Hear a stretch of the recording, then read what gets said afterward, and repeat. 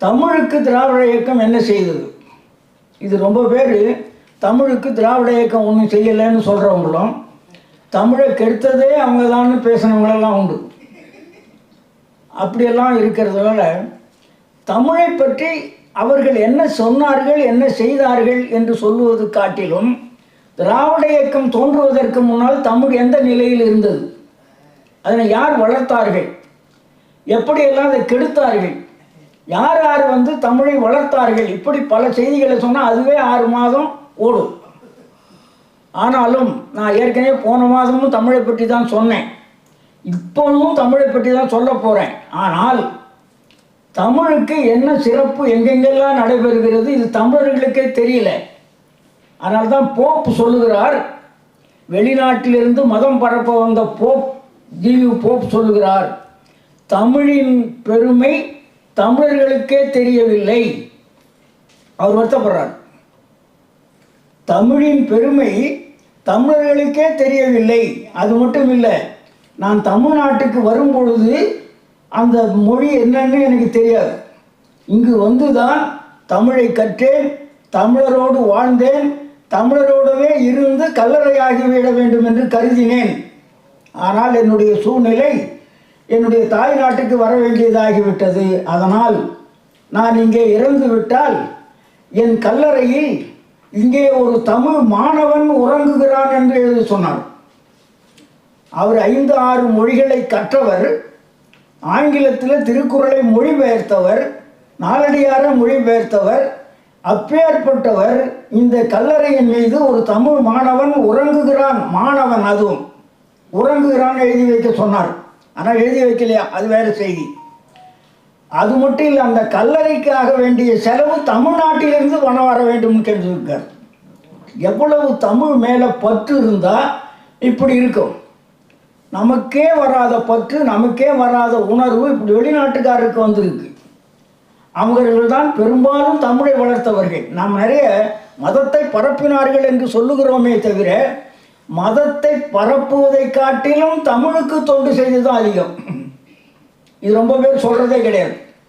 இன்னும் கேட்டால் போப்பு மேலே குற்றமே சாட்டினாங்க, நீ மதத்தை பரப்புறதை விட தமிழுக்கு தான் நீ தொண்டு செய்த அப்படின்னு அவர் ஒரு குற்றம் சாட்டுறார். கிறித்துவ மதத்தில் மேலானவர், உயர்ந்தவர், தாழ்ந்தவர் எல்லாம் இருக்கே, இந்த வேதத்தை நீங்கள் ஒழிக்கணும்னு கேட்குறாரு. எப்படி தெரியுமா? பார்ப்பானாக இருந்து கிறித்துவ மதத்துக்கு அவன் உயர்ந்த கிறித்துவன், அரிஜனாக இருந்து அதை தாழ்த்தப்பட்டவனாக இருந்து அவன் கிறித்துவ மதத்துக்கு வந்தால் அவன் தாழ்த்தப்பட்ட கிறித்துவன் இருக்கு இன்னமும். இதை நீக்கணும்னு கேட்டார். அது இங்கே இருக்கிற கிறித்துவ தலைமைக்கு போய் அது போப்பாண்டவரையும் போய் கடைசியில் அது நீக்க முடியாதுன்னு சொன்னாங்க. நீக்க முடியாதா, நான் தொண்டு செய்ய மாட்டேன் போடான்னு போயிட்டார். கிறித்துவ மதத்துக்கு நான் தொண்டு செய்ய மாட்டேன்னு போனார். அப்பேற்பட்டவர். எதுக்கு சொல்ல வரேன்னா, தமிழ் உணர்வு என்னென்ன செய்கிறது, தமிழ் எப்படி நம்முடைய தாய்மொழி, அது உலக முதல் மொழி. அதை பாவாணர் அருமையாக சொன்னார். அது மட்டும் இல்லை, எல்லாருமே சொல்லிட்டாங்க, உலகத்தில் முதல் நிலமே குமரி கண்டம், அங்கு தோன்றியவன் தான் தமிழன், அவன் பேசிய மொழி தான் தமிழ், அதுக்கப்புறம் தான் எல்லா மொழியும்.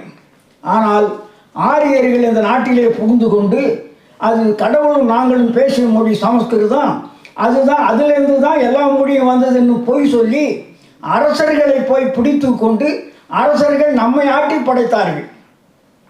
அது மட்டும் இல்லை, சேரனும் சோழனும் பாண்டியனும் ஒருத்தன் கூட தமிழ் பள்ளி நடத்தலை. தமிழ்நாட்டில் தமிழர்கிட்ட வரி வாங்கிக்கின்னு தமிழ்நாட்டில் தமிழ் பள்ளி நடத்தலை, சமஸ்கிருத பள்ளி நடத்தினார்கள், சமஸ்கிருத வேத பாடசாலை நடத்தினார்கள். இது ஒருத்தரும் சொல்கிறதே கிடையாது. தமிழ் மன்னர்கள். காரணம், அவன் கிட்ட போய் அவன் என்னென்னமோ சொல்லி அவனை மயக்கி அவன் மூளையை சலவை பண்ணி சமஸ்கிருதத்திலிருந்து தான் எல்லாம் வந்ததுன்னு அவனை நம்ப வச்சு எவ்வளோ ஒரு 2448 கிராமங்கள் பார்ப்பனர்களுக்கு தானமாக கொடுக்கப்பட்ட கிராமங்கள். அது பேர் என்னது, அதாவது சதுர்வேதி மங்கலம். சதுர்வேதின்னா 4 வேதம்னு அர்த்தம். 4 வேதங்களை அவன் கற்றிருக்கிறானா, அவனுக்கு ஒரு ஊரையே கொடுத்து அந்த ஊருக்கு சதுர்வேதி மங்கலம்னு பேர் வச்சு அதில் வர்ற வருமானம் அதை அவன் ஆண்டுக்குன்னு அதில் வர்றதை வாங்கி தின்னுக்குன்னு அவன் அங்கேயே ராஜாவாக இருக்கலாம். அவன் ஒன்றும் வரி கட்ட வேண்டியதில்லை. தமிழன் நாம் இந்த நாட்டில் பிறந்து இந்த நாட்டில் வளர்ந்தவன், நாம் வரி கட்டணும். தமிழ் மன்னர்கள் வாங்கினார்கள். சேரன் சோழன் பாண்டிய அது மட்டும் இல்லை, சமஸ்கிருத பள்ளிக்கு இடத்த கொடுத்து அங்கே பள்ளியை நிறுவி அதுக்கு ஆசிரியரை வச்சு அதுக்கு பணம் கொடுத்துருக்கிறான் சேரன் சோழன்லாம். தமிழ் எங்கேருந்து வளரும்? தமிழ் எப்படி வளர்த்தாங்க? திண்ண பள்ளிக்கூடத்தில் மண்ணை கொட்டி அது ஓலை குடிசைக்குள்ளே ஆனாவினான்னு கற்றுக் கொடுத்தாங்க. இப்படி தான் தமிழ் வளர்ந்தது. ஓலையில் எழுதினார்கள். எதுக்கு சொல்ல வரேன்னா, தமிழ் இப்படியெல்லாம் செய்யப்பட்டது. அருமையாக சொல்லுகிறார். அதாவது முதல்ல 15 அதாவது ஒரு 1800 ஒருத்தர் வர்றார். அவர் அரசியல் அதிகாரி. அவர் என்ன செய்கிறாரு? புக்கனன், அதாவது டாக்டர் பிரான்சிஸ் புக்கனன்றவர் ஒருத்தர் வர்றார். அவர் என்ன செய்கிறாரு? அதிகாரியாக வர்றார். அதிகாரியாக வர்றவருக்கு என்ன தெரியுதுன்னா, ஊரில் எங்கெந்த அதிகாரிகள் என்ன மொழி தெரிஞ்சவனாக இருக்கிறான் அப்படின்னு பார்க்குறாரு. ஆனால் அவன் வந்த காலம் என்ன தெரியும்? 1800. இப்போ 2000 சில்லறை நடக்குது. 200 ஆண்டுகளுக்கு முன்னால் அவர் அந்த அதிகாரி வந்து ஒவ்வொரு மாவட்டமாக ஒவ்வொரு ஊராக போய் இங்கே யார் ஆட்சி செய்கிறாப்பெல்லாம் குறுநில மன்னர்கள் ஆண்டு கொண்டு இருந்தார்கள். அவன் என்ன கன்னடம் பேசியிருக்கிறான். கன்னடம் வந்து ஒரு சில பகுதிகளில் ஆட்சி மொழியாக இருந்திருக்கு. மராத்தி சில பகுதிகளில் ஆட்சி மொழியாக இருந்திருக்கு. தமிழ் சில இடங்களில் இருந்திருக்கு. தெலுங்கு சில இடங்களில் இருந்திருக்கு. ஆனால் அவன் என்ன சொன்னான் தெரியுங்களா அந்த அதிகாரி? இது எங்கள் ஆட்சிக்குள்ளே இருக்குது, அதாவது பிரிட்டிஷ் ஆட்சிக்குள்ளே இருக்குது.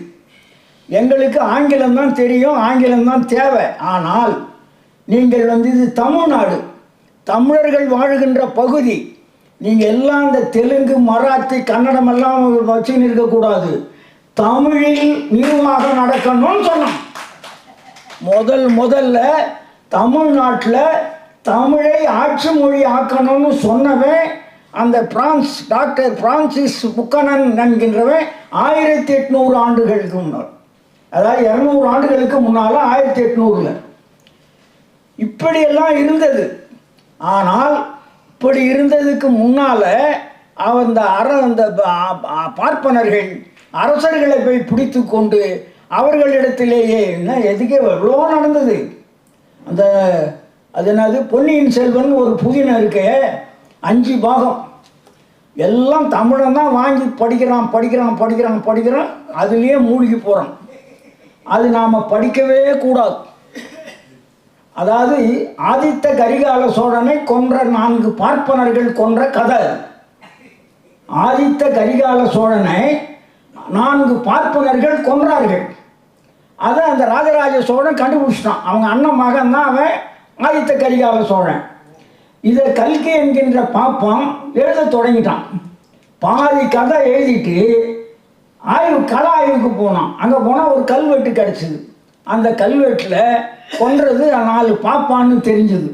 என்ன பண்ணான்னு தெரியல, கதையை யார் கொண்டான்னு தெரியாமலே கதையை முடிச்சிட்டான்.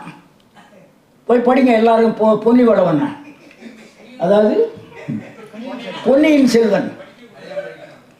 பொன்னியின் செல்வனை படிக்கிறது பூரா நம்மால் தான். ஆனால் நம்ம ஆதித்த கரிகால சோழனை கொன்றது ஏன் தெரியுமா? சோழன் 100 ஏக்கர் 200 ஏக்கர் சதுரவேதி மங்கலம் இப்படி 2000 சில்லற கிராமங்களில் பாப்பானுக்கு தானம் தர்மத்தை கொடுத்ததை எதிர்த்தான். அதுக்கு 4 பாப்பானுங்க சேர்ந்துன்னு கொண்டுட்டானுங்க. இப்போ தண்டனை யாருக்கு தெரியல, நான் சொல்கிறேன். அவன் கண்டுபிடிச்சிட்டான். அந்த ராஜராஜ சோழன் தேடி அந்த 4 பேரை கொண்டு வந்துட்டான். என்ன செய்வான்? தலையை வெட்டுவான். இதுக்குள்ளே மற்ற பாப்பான்லாம் மண்நீதி சாஸ்திரத்தை எடுத்துக்கின்னு போயிட்டாங்க அவங்ககிட்ட. நீ மண்நீதி சாஸ்திரத்தில் நீ பாப்பானை கொன்னா உனக்கு தோஷம், பாவம், நீ சொர்க்கத்துக்கு போக மாட்டே அப்படின்ன உடனே என்ன செய்யணும்னா என்ன செய்யணும்னு சொல்கிறானுங்க பாரு. அந்த 4 பேரையும் எல்லைக்கு அந்தாண்ட கொண்டு போய் விட்டுட்டுன்னு அதோட இல்லை, அவனுக்கு 4-5 வருஷத்துக்கு தேவையான அரிசி, உப்பு, மிளகா, தனியா, எண்ணெய் சமைச்சு சாப்பிட்றதுக்கு கொடுத்துட்டு வந்தான் அந்த முண்டம்.